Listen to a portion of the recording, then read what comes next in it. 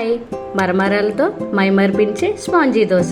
ఒక్కసారి తిన్నారంటే రెగ్యులర్గా తినే దోశను కూడా మర్చిపోతారు. ఎలా తయారు చేసుకోవాలో చూద్దాం రండి. ముందుగా ఒక గిన్నె తీసుకొని 1 కప్ బొంబాయి రవ్వ వేసుకొని ఒక 3 మినిట్స్ నానబెట్టుకోవాలి.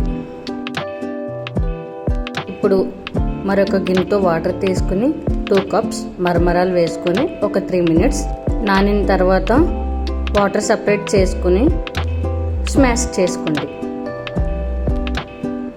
స్మాష్ చేశాక ఒక మిక్సీ జార్లో వేసుకొని ముందుగా నానబెట్టుకున్న బొంబాయి రవ్వను కూడా వేసుకొని 2 to 3 టేబుల్ స్పూన్ కర్డ్ వేసుకోండి.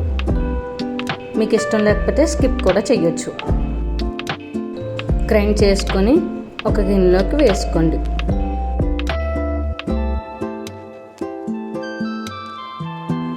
ఇప్పుడు 1 టేబుల్ స్పూన్ సాల్ట్ వేసుకొని బాగా కలపండి.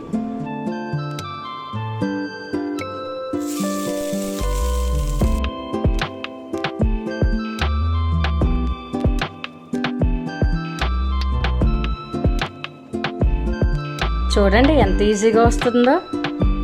మీరు కూడా ట్రై చేసి మీకు ఎలా వచ్చిందో కామెంట్ రూపంలో తెలపండి. నా వీడియో మీకు నచ్చినట్టయితే లైక్ చేయండి, షేర్ చేయండి అండ్ సబ్స్క్రైబ్ చేసుకోండి.